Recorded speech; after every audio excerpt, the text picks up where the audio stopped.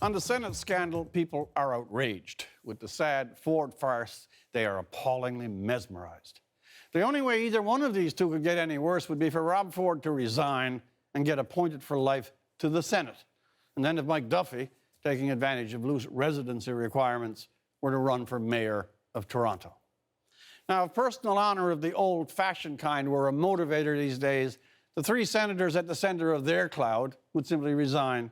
This has gone on long enough. But Mr. Ford just makes you wince. When you have to end the sentence with the phrase, "But that must have been when I was in a drunken stupor," and you think that phrase lightens or lessens what you said at the beginning of that sentence, it might be time to give up on sentences altogether.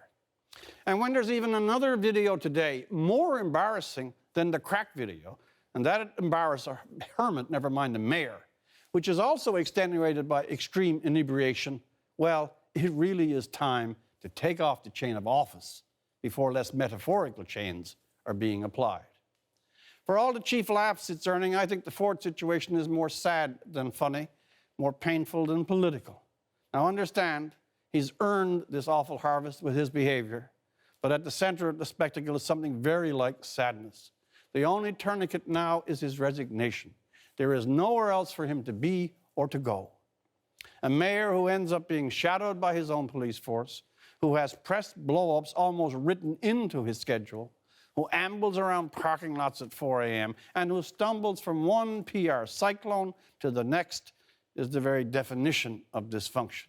A mayor is very much a figurehead, the face of a city. When that face spends more time being mocked on the comedy networks of other countries and at home, it's clearly past time to step down.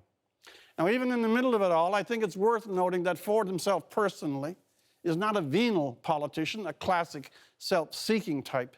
This is a personal meltdown, greatly magnified and overflowing into his political role. He is hurting the city, I absolutely believe him on this, that he claims to love. He's also hurting the ever-shrinking number of supporters who like him, and he is really hurting his real friends. He's not being tough, refusing to resign. He's being willful and intensifying his and others' misery.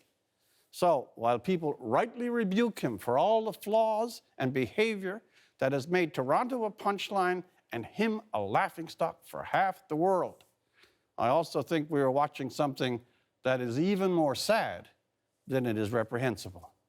As a friend voted for his own good and everyone else's, he should say now, goodbye, I'm sorry, and go home. For The National, I'm Rex Murphy.